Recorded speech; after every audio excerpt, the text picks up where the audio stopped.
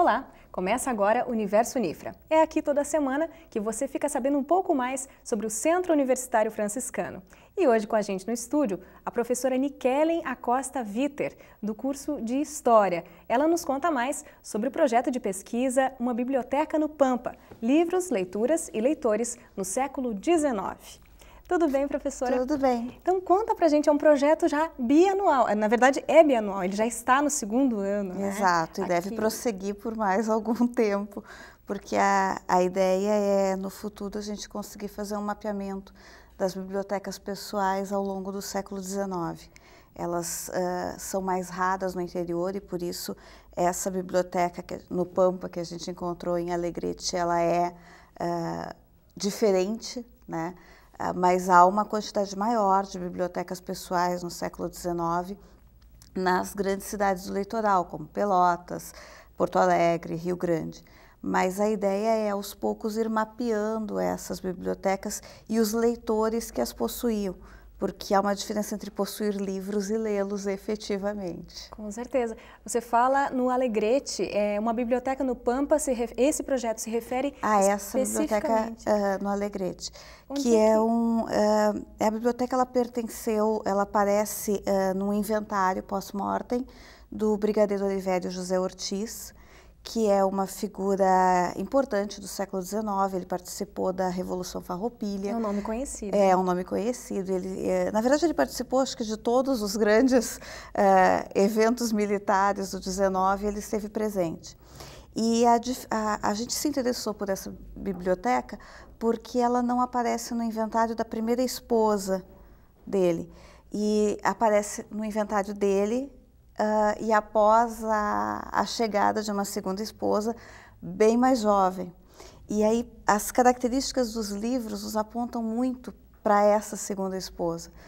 São em grande parte romances românticos do século XIX e também aponta para uma outra forma de educação, para um outro interesse de como deveria ser uma mulher da elite. E por isso a preocupação com o leitor propriamente, né? Não é só mapear como os livros, por isso o subtítulo é Livros, Leituras e Leitores. Livros porque é entender como é que os livros chegavam até um lugar tão distante quanto o Alegrete do século XIX. Fica numa estância? Fica numa estância. Na verdade, essa biblioteca ela está na Casa da Cidade. Não na Casa da Estância. É porque era comum, e é comum, as pessoas terem suas estâncias e terem sua casa na cidade. Mas isso já é uma característica do século XIX, ter a casa na cidade. O que também aponta para a educação dessa segunda esposa, que é uma educação mais burguesa, mais próxima da ideia de ter um salão para receber. O que a estância não permitia, porque era distante, é uma outra forma da vida social se organizar. Então, essa vida social que a gente consegue perceber lentamente pelos documentos que ficaram em relação a essa segunda esposa, aponta para ela ter um salão, para receber. E a biblioteca, ela participa também de uma elevação de status. Né, ao ser exibida, ela é para ser mostrada, ela não é para uma coisa para ficar escondida. Ela é para mostrar a erudição, um novo patamar de educação que é exigido da elite a partir de meados de 1830, 1840, quando essa educação mais aburguesada começa a tomar conta dessas elites antigas. Então, o brigadeiro Olivério José Ortiz, ele é um homem nascido no 18, ele vem de um outro padrão de poder. Já essa segunda esposa, não, ela é bem mais jovem, ela regula com alguns filhos dele, né, e da primeira esposa.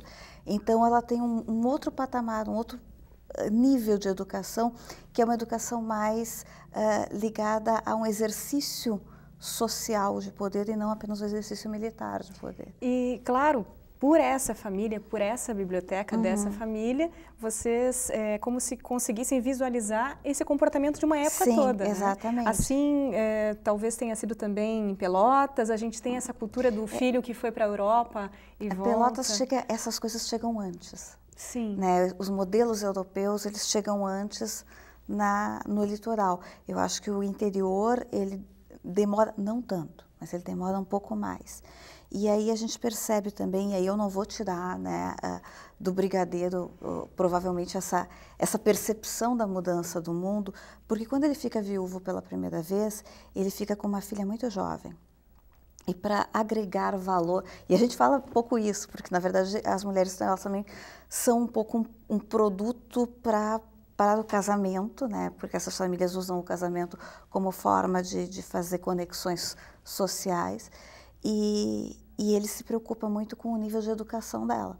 Então ele manda importar um piano e um professor de piano, que são levados de carroça até Alegrete, para educar a moça, para ela, né, ter um valor a mais na hora de aparecer como moça casadoira. Então, a leitura, o piano, tudo isso faz parte. A gente consegue ver isso ocorrendo na Europa no finalzinho do 18, início do 19, esses elementos sendo colocados como importantes na educação feminina. Então, não basta apenas uma mulher que reproduza. Ela tem que ter cultura. Ela tem que ter cultura, exatamente. Senão ela não pode participar do mundo do marido. Então, ela tem que, para participar, e se exige que ela participe, ela tem que ser uma mulher mais educada. Mas é interessante a mentalidade do Brigadeiro, perdão, do Brigadeiro Olivério, porque ele foi sensível a essa mudança. Exatamente. Mesmo sendo de uma geração anterior, ou mais de uma geração anterior. Com certeza. Interessante. E essa mentalidade dele também era, de certa maneira, partilhada por pais e avós de outras famílias. Que começam a perceber que é necessário uma mulher para esse novo mundo mais culta, mais capaz de conversar, de entrar no mundo dos salões, né? Então, a gente vai percebendo isso e percebe inclusive pelos viajantes, né, que começam a passar pelo Rio Grande do Sul na época, que eles notam essas mulheres da elite já com outro nível de educação que não é o da colônia. Interessante, professora Nickélen. E essa projeção da pesquisa já é o segundo ano em que ela atua, né, em que ela vigora. E para 2012, ao longo desses próximos tempos que você diz que a pesquisa vai seguir, porque realmente são dados esparsos daqui e dali no Rio Grande do Sul que vocês vão reunindo. Exato. Qual é a perspectiva para ela daqui por diante? Ela a gente, quando entra eu em geral pego esses temas de pesquisa que exigem, não adianta tu ir dar um fundo, né, documental, são vários locais e a gente tem que ir, é uma pesquisa que vai, eu brinco que é um catamilho, né, a gente vai pegando, então a ideia é começar esse levantamento a partir dos inventários post-mortem, que é onde os livros aparecem, mas eles nem sempre vão aparecer da mesma maneira. Em alguns casos, como no caso do inventário do Brigadeiro, em que há um debate muito grande em função, tem filhos dos dois casamentos, então os livros são listados pelo nome. Mas quando não havia esse tipo de debate, a gente às vezes tem apenas um número, não chega a ter, e aí é mais difícil olhar a biblioteca por dentro, porque é uma coisa que nos interessa, porque apenas olhando a biblioteca por dentro a gente pode apontar que tipo de leitor ela tinha. Né? No caso da biblioteca do Brigadeiro, eu consigo localizar livros de política, de história regional, história militar, que interessariam mais propriamente a ele, e uma série de romances que deveria ser ou do interesse dela, ou de uma outra, que a gente não pode esquecer, né, que a forma de leitura não é a nossa. A forma de leitura não é entrar para o quarto e abrir um livro e ficar lendo solitariamente. Essa é uma das formas de leitura. A leitura mais comum é a leitura partilhada. Então, é alguém que senta e lê para os outros. Em família. Em família. Porque nós não temos, naquela época não há a quantidade de entretenimento que nós temos hoje. Então, o momento da família se partilhava leituras. Inclusive até hoje, né? Em muitas famílias, avós, pais que têm uma certa idade, mais de 50 ou 60 anos, comentam, era tão bom quando nós éramos pequenos, não tínhamos TV ou não tínhamos o hábito de ficar na frente da TV e os mais velhos contavam os causos. E antes, então, havia essa cultura. E a leitura faz parte, ela está nesse momento. Hoje, quando ela existe, ela é acessória.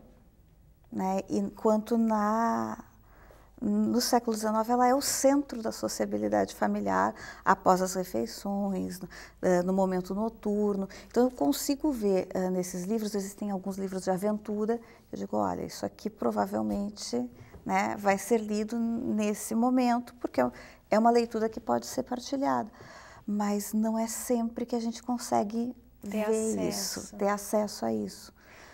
Bom, professora, desejo muito sucesso nessa pesquisa. Obrigada. E também um pouquinho de sorte, né? Porque a gente sempre precisa, no momento que vai catar milho, como você diz, olha, vamos garimpar, vamos lá, vamos cá. E ao final dessa pesquisa, eu gostaria muito de poder contar com a tua presença aqui de novo no programa, para nos trazer esses resultados, não é? Certo. Obrigada pela tua presença aqui no programa. Nós vamos a um breve intervalo, não saia daí, o Universo volta já.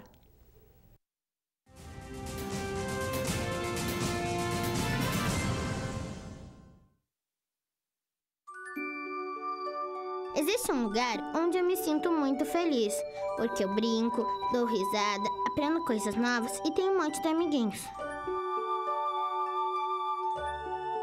Alguns contos de fadas são reais e precisam de você para traçar um final feliz.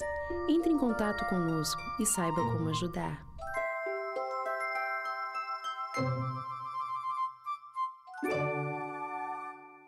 Oi, você já me conhece, eu sou a Clara.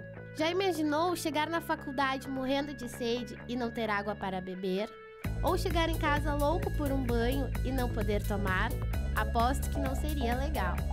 Água, para não acabar, devemos poupar.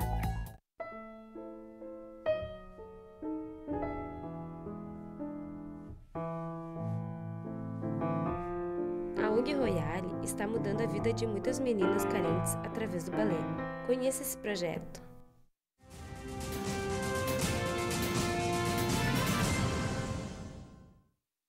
Voltamos com o Universo e agora você acompanha uma entrevista que o repórter Rômulo Dávila fez com a professora Inocência Mata, da Universidade de Lisboa. Ela nos fala sobre a importância da língua portuguesa e também do ensino da cultura afro no mundo. A professora Inocência da Mata dá aulas no Centro de Estudos Comparatistas da Faculdade de Letras da Universidade de Lisboa. Na sua passagem pela Unifra, ela falou sobre a importância do estudo da língua portuguesa por pessoas de outras nacionalidades. É a quinta língua mais falada do mundo, não é?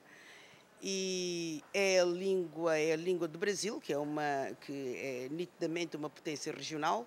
É uma língua que é falada em 5 países, que é a língua oficial de países, de espaços em 5 continentes, de forma que eu acho que é uma língua importante.